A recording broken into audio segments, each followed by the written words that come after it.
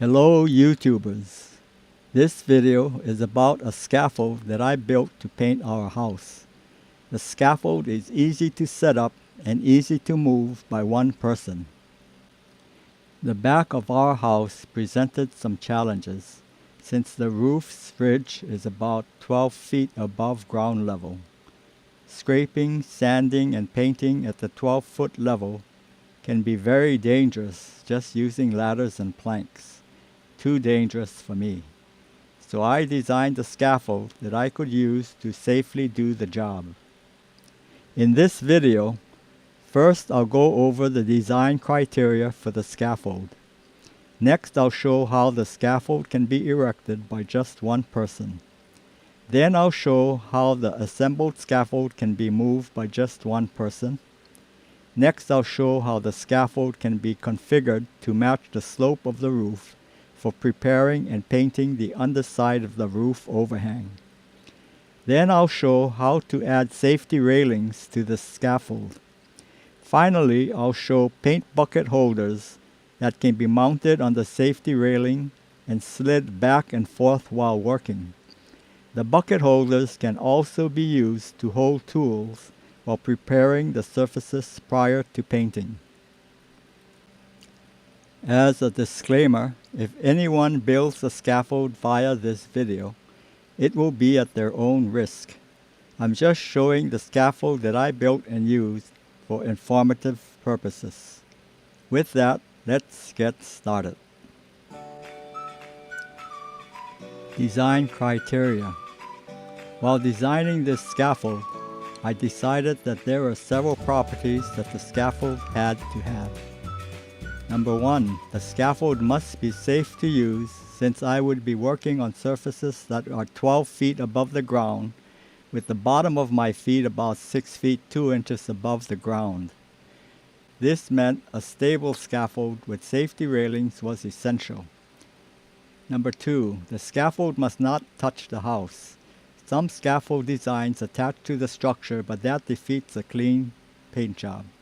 The scaffold not touching the house allows a perfect paint job. Number 3, all legs of the scaffold must be adjustable to keep the scaffold level on uneven dirt ground or on sloped ground. Number 4, the scaffold must be capable of being erected by only one person. I usually work alone on our house, so this was important. Number 5, the assembled scaffold must be capable of being moved by just one person. It would be too time-consuming to have to disassemble and reassemble the scaffold every time it had to be moved. And finally, number 6, the scaffold must be low enough to be used to paint the inside of our carport, 7-foot 3-inch clearance below the beams, but high enough to work on the 12-foot high roof overhang at the back of our house. This criteria was met by use of very simple extensions to the scaffold. Erecting the scaffold.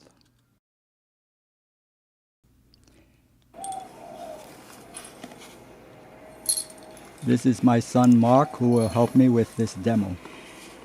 Okay, he's going to put the bolt into the cross brace B, and it's going to go into the hole right by the top rung, and then lift up ladder B, the ladder without the wheels I should say, and the brace holds it up. Then you flip over the ladder with the wheels and put the horizontal as a spacer measurement.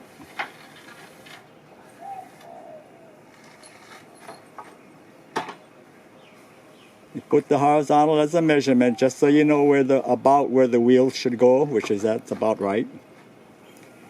And then you put the bolt in from cross brace side A into the bolt hole by the top rung of the ladder with the wheels. Now both sides are being supported. So now you want to put the bolt in for the bottom of cross brace B, and that secures ladder without the wheels.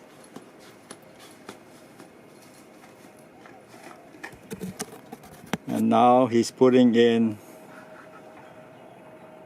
the bolt for cross brace A into the bottom hole of the ladder. So now both ladders are pretty secure already. Okay, now he's putting the second cross brace B, starting at the top, and there's no need to put the nuts on yet. And each bolt already has a washer on it.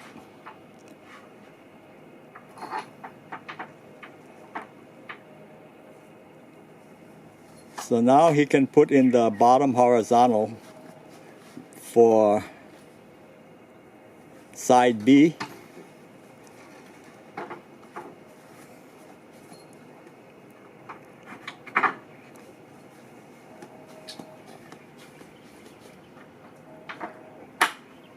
And now he can put the nuts on the washer, put a washer and nut on each one.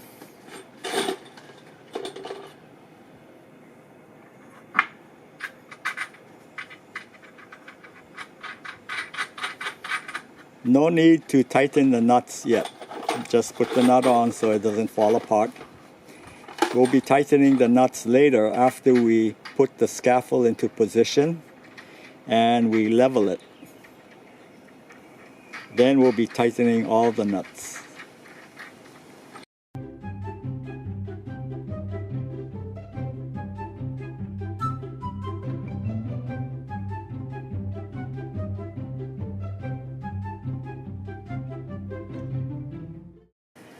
And now he's going to put on the top horizontal for side B.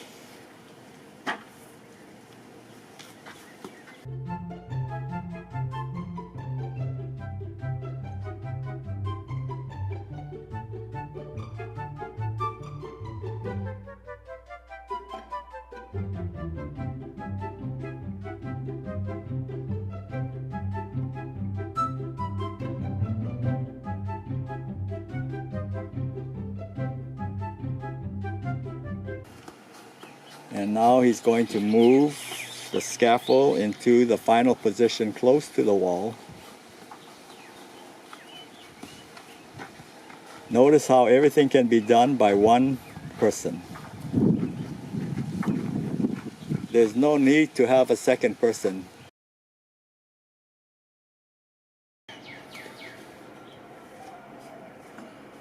Okay, so now he's going to drop the legs down so that the weight is off the wheels. He lifted the ladder up, and for his height, all he needed to do was to get the wheels off the ground.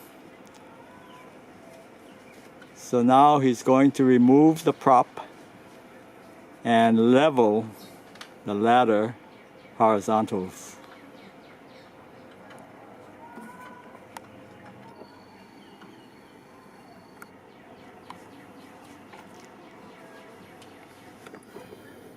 Then he's going to the other side and he's going to lift the other side up so that the bottom horizontals are level.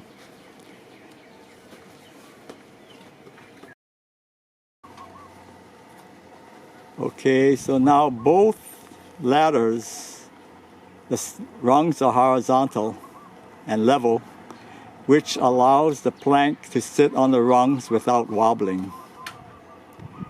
The leveling of the long horizontals is good to have it about level, but it doesn't have to be perfect. So now he's going to tighten all the bolts now that the ladder is leveled off.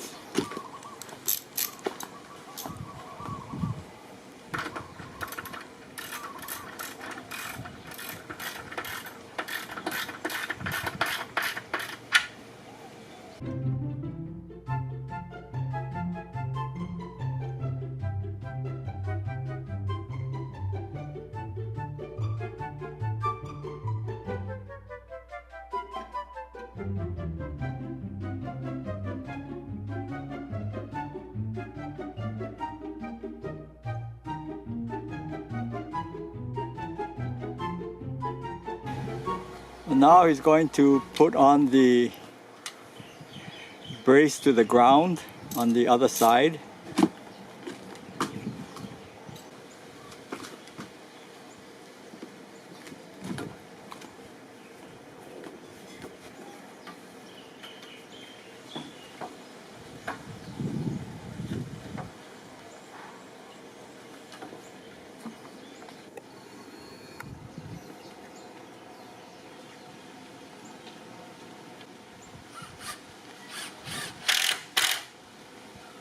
And he'll be pounding in the pegs into the ground. So now he's going to be pounding the stake into the ground. Put it way by the end, yeah.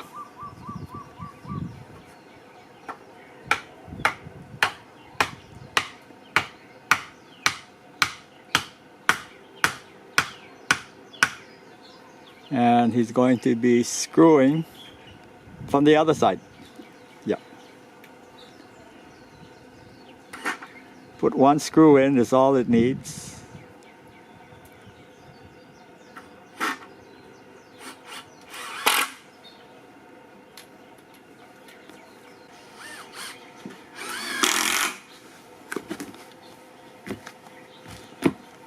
So that now should hold the scaffold steady from leaning toward or away from the wall.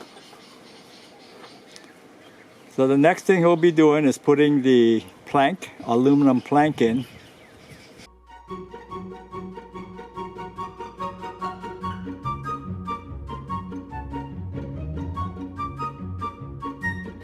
Okay, so that alone right there is an example of how to put the plank on for horizontal work.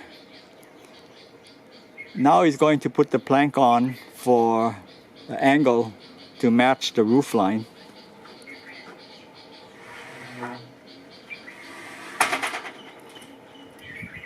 Second round. And he will now be able to go on the plank at the same angle as the roof for scraping or painting the roof as needed.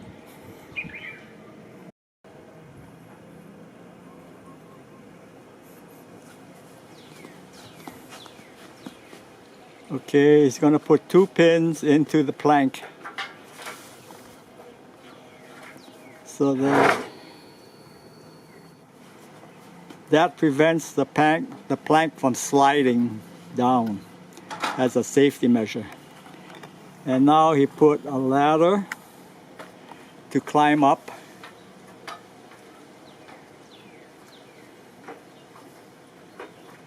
And he is now going to put the extensions on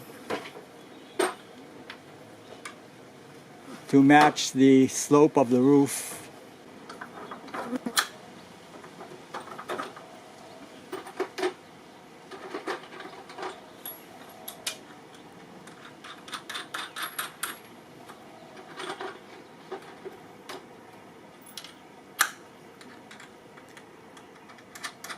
Note that he's putting the bolts in from the inside with the nuts on the outside so that any movement inside the plank, on the plank, the bolts will not be scratching his legs.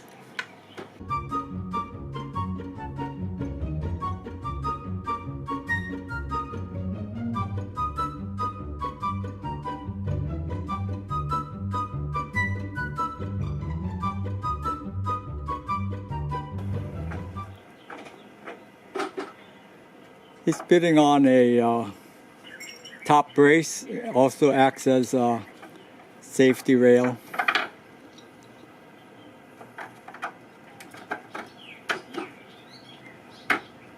And he's now going to put on the safety railing.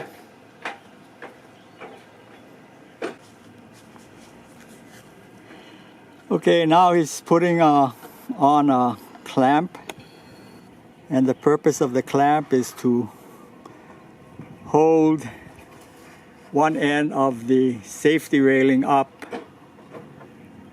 while he bolts the opposite end.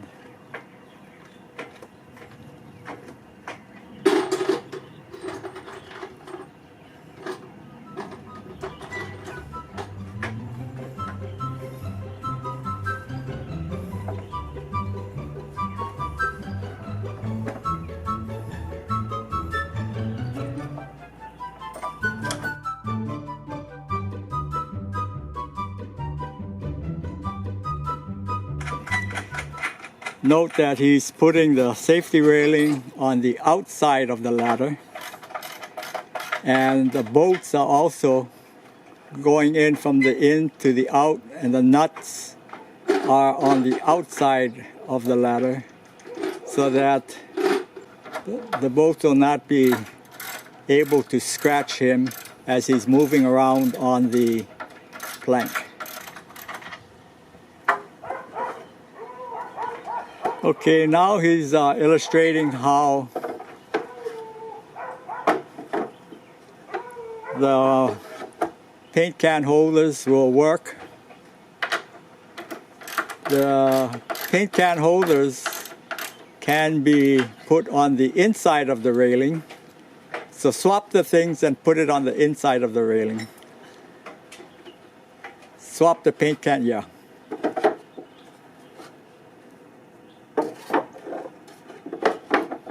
So note how he can put the paint can on the paint can holders, and then he can slide the paint can holder as he's working. Point to that safety railing, horizontal safety railing. No, that one, yeah.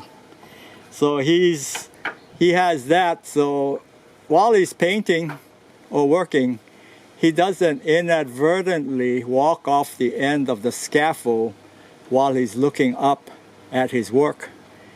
So that railing, that safety railing there, is for that purpose, and there should be one on the other end also to prevent inadvertently walking off the end of the plank.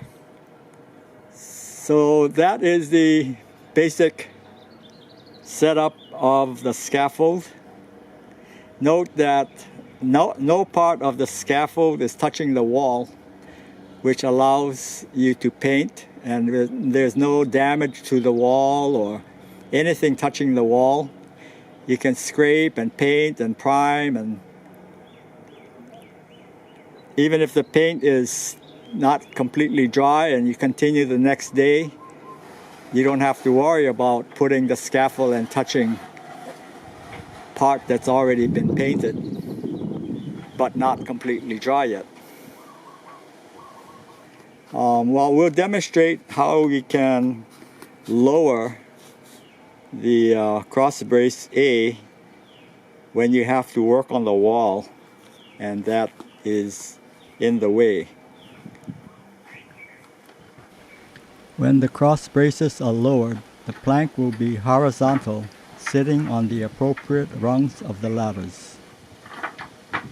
Note how the cross brace is sticking out from the ladder, but that's okay.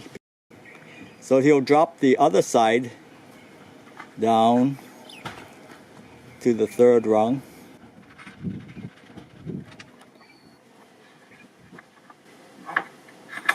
And then he's going to put the horizontal piece on.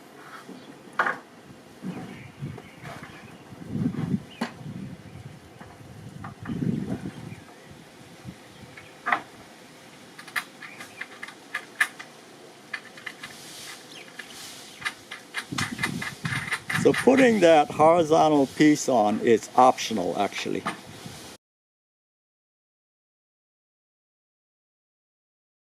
So that's how you can lower the cross braces and the horizontal to have more room. You can actually lower the cross brace down to the 4th rung, but we won't show that because the demonstration for the 3rd rung should be sufficient. This concludes the scaffold video. Please give it a thumbs up if you found the information to be useful or entertaining. I've already posted a video on a quiet box for generators or air compressors and a video on a portable DIY miter saw stand. See the description for this video for the links to those 2 videos. Upcoming videos are how to install hurricane plywood on a house in a method that I worked out using pulleys and rope where one person can lift and install the heavy plywood. A plywood and drywall carrier that can be adjusted to carry doors and various thickness panels. This carrier was originally designed where one person can transport hurricane plywood around the house on grass, gravel, dirt, or concrete. How I cut down our concrete driveway using a jig and angle grinder to allow our 2019 Honda Odyssey to enter our carport without scraping the low clearance catalytic converter.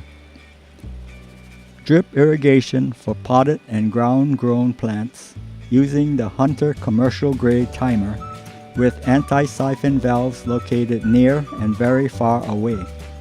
Especially useful when we go on vacation trips without having to bother friends to water our plants. A review of the Daiwa BG 2500, 3000, and 3500 spinning reels with detailed measurements that are missing from other reviews. A review of the Klein Tools 55600 17 quart Tradesman Pro Tough Box Work Cooler with detailed measurements that's missing from other reviews. This is the best fitting cooler for the Max Sport collapsible folding outdoor utility wagon that I could find after hours and hours of research. Subscribe to my channel to be notified when videos are posted.